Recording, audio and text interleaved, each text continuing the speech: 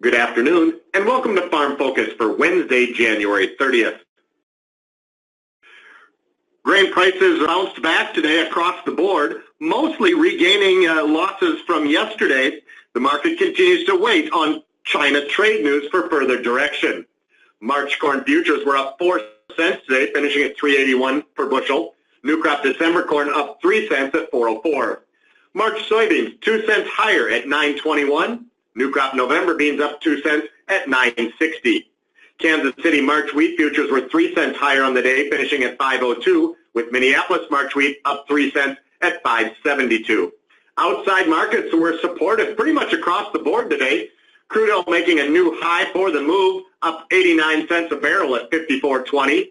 Ethanol up 1 cent per gallon at $1.29. Gold up $9 to $10 an ounce at $1,322. The U.S. dollar index down 45 points at 95.07, and the stock market currently 423 points higher, with the Dow Jones trading at 25,003. Livestock markets relatively quiet and mixed today, with April live cattle up 25 cents at 128.05, April feeder cattle up 13 cents at 145.83, and April hogs down 33 cents at 62.23. The grain markets were able to close higher across the board today. Outside markets definitely supportive, with the stock market at the highest level since early December and crude oil posting the highest price since mid-November. Grain prices continue to chop back and forth within a fairly narrow range. Today's higher prices just recapturing some of the losses from Monday and Tuesday. Trade talks with China began today in Washington, D.C. There's not been any news reports coming out, at least nothing major yet. Today was likely just positioning and posturing by both sides, and we don't expect much for new developments today. Sure, there will be comments that things are going well, etc., but we're not expecting any major announcements today. If any major announcements are to be made, they're likely to be made following the wrap-up of meetings tomorrow. It is worth noting that there's comments that President Trump may actually visit with Vice President Liu He from China on Thursday or tomorrow. Tomorrow is day 2 and the final day of the scheduled talks. Keep in mind that the last time U.S. and China talked, they actually went on for an extra day beyond the schedule. We'll see if that happens again. There could be a more significant release of reports and comments following the wrap-up of the meetings tomorrow. One piece of fundamental news that came out today was weekly ethanol production. It was down for the second week in a row, down to 1.012 million barrels per day.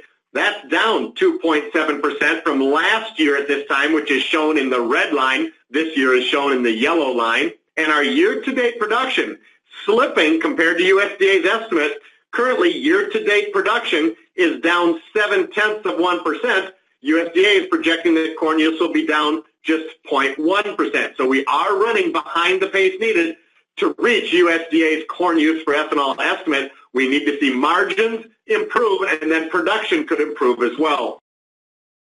Weekly stocks of fuel ethanol was a little bit negative today. Despite the lower production, ethanol stocks were up to 23.971 million barrels. So generally, today's weekly ethanol report was considered lightly negative for the corn trade. USDA will release its February crop report next week on Friday, February 8th. That is the scheduled day, so that should come out on time. The January crop report will simply be skipped. They won't issue it. It's just gone, and all the numbers will be combined into the February report, which comes out a week from Friday. Quarterly grain stocks, final corn and bean production, and winter wheat planted acreage will all be released on February 8th. They were scheduled to be released earlier here in January, on January 11th, but were skipped due to the government shutdown. Those three reports, USDA telling us, will all be released on February 8th. USDA announced its schedule for releasing the skipped export sales data. This information will be released gradually for the next 4 weeks. So we won't get an overall complete or comprehensive view of export sales until we get into the 3rd week of February. But nonetheless, at least we'll start getting information beginning tomorrow. South American weather should be viewed as mostly a neutral factor, at least for now. As you know, weather can change. It can become bearish. It can become bullish. But as of today, we view the current situation as a neutral factor. It's still warm and relatively dry in about half of Brazil's growing region. Keep in mind, though, that soybean harvest is probably getting close to 20% complete, and additional beans are getting close to being ready for harvest. So rain or no rain from here forward is not going to be a major factor for the bean crop, more significant for the safrinha corn crop, which is being planted right now following the soybean harvest. Next week should provide better rain chances across at least half of the dry area. Argentina is drying out, but that's good news given the excessive rain that's fallen over the last 4 to 6 weeks, and the forecast going forward looks mostly favorable for Argentina. Again, we view overall South American weather as mostly a neutral factor. I pulled up a map that shows this morning's temperatures at 8 a.m. That's going to be very close to the morning lows.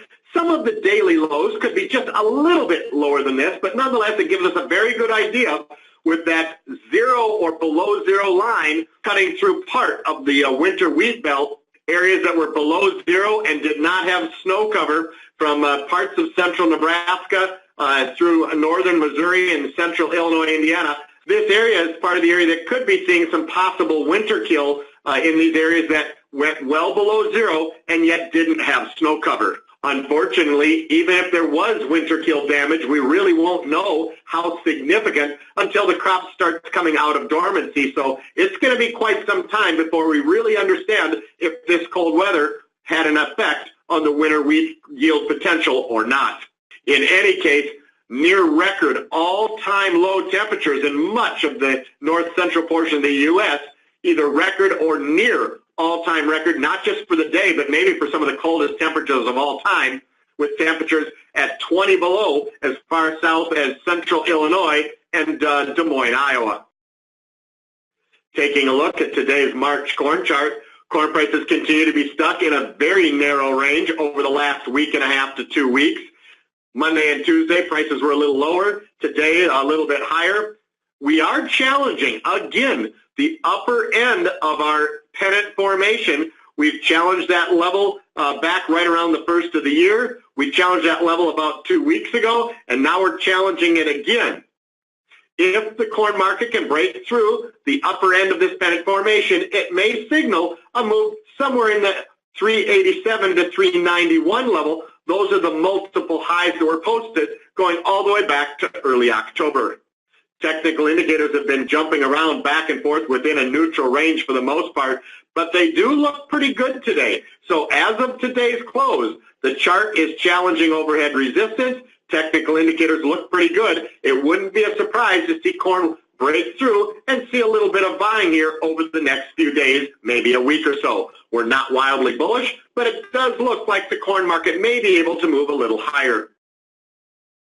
Turning to our March soybean chart, soybeans continue to be an uptrend off of the September lows, but we do want to keep in mind that over the last 2 to 3 months, it's been mostly a choppy sideways range. We view soybeans in the upper end of this range from about 925 to the 941 double top from the December highs and also the July highs.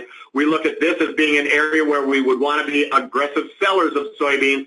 We can't rule out the market moving higher, but we are now into the upper end of the range, and the bigger picture fundamental outlook is still negative for beans. And so again, this is a rally that looks like it's creating a pretty good selling opportunity.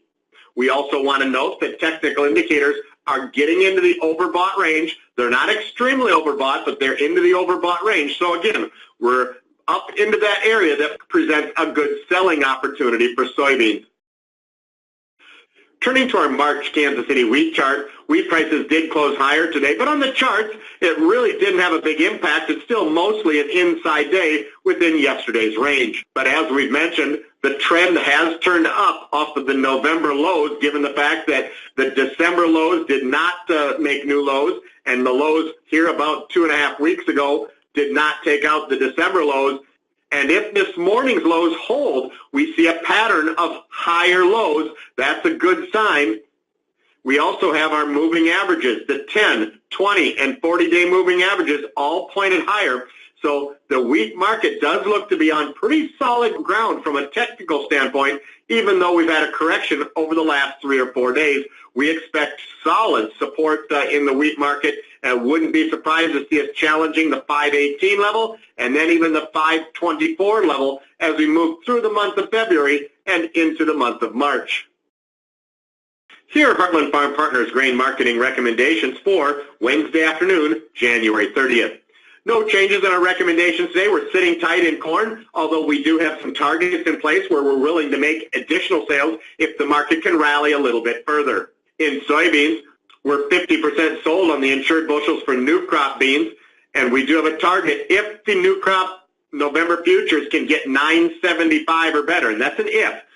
They've got a little bit of work to do, but if they can get there, we'd push our sales to 75% of the insured level. That appears to be the upper end of a range of value given the current fundamental outlook.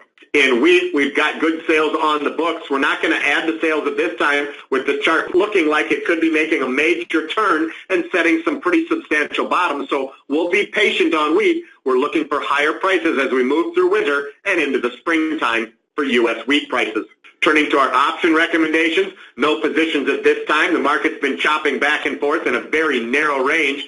If the markets can see a significant bounce or spike to the upside based on maybe some positive news coming out of the China trade talks, we may look for an opportunity to get puts in place for the first time this winter. But for now, we're sitting on the sidelines trying to be patient to see if this market can rally a little bit further. This is Dan Cowger for Heartland Farm Partners. Thanks for joining us, and have a good afternoon.